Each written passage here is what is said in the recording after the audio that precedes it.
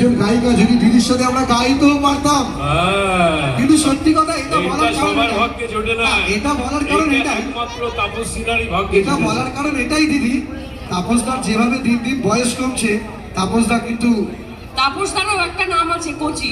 ওটাই আমি বলতে চাইছিলাম এতক্ষণ ধরে, কোচি তাপস। এই মঞ্চ থেকে তোমার নাম করণ হলো কোচি তাপস। এতক্ষণ ধরে এটাই বলতে চাইছিলাম। মনে রেখো, এত বড় একটা গিফট দিলে তো। Age is just a number. আচ্ছা, আমি থ্যাংক ইউ। মনটা জওয়ান থাকতে হবে। বিশ্বাস করুন আপনারা, আমার বলতে দ্বিধা নেই, আমি বলতে লজ্জাও পাই না, ভয়ও পাই না। আজকে তাপস সিনহাকে সারা পশ্চিমবাংলার লোক চেনে ডিউ টু শ্রাবন্তী চ্যাটার্জির জন্য।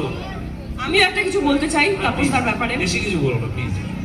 আজকে আমরা যারা নন সিঙ্গার, আমরা তো অভিনেত্রী, আমি গান টান করে আমি কিছুই শিখিনি কোনোদিনও। তো এই যে মঞ্চে একটু আধটু যেটুকুনি গান গাইতে পারি, সেটা কিন্তু আমার এই তাপসদার জন্য, আমার গুরু।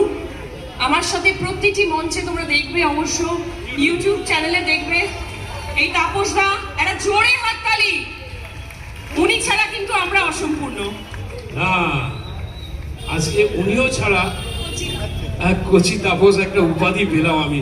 সিরিয়াসলি এটা শ্রাবন্তীর আর একটা গুড নিউজ আমি দিয়ে রাখি, খুব শিগগিরই আপনারা আমাদের প্রিয় নায়িকাকে আমরা বলিউডে দেখতে পাবো। একবার জোরে আশীর্বাদ হোক সবাই মিলে হাততালি দিয়ে। Thank you so much, thank you very much. আর হিপ হিপ হুররে, আমি hip hip hurray, GGS pass Shrabanti মা, হিপ হিপ হুররে।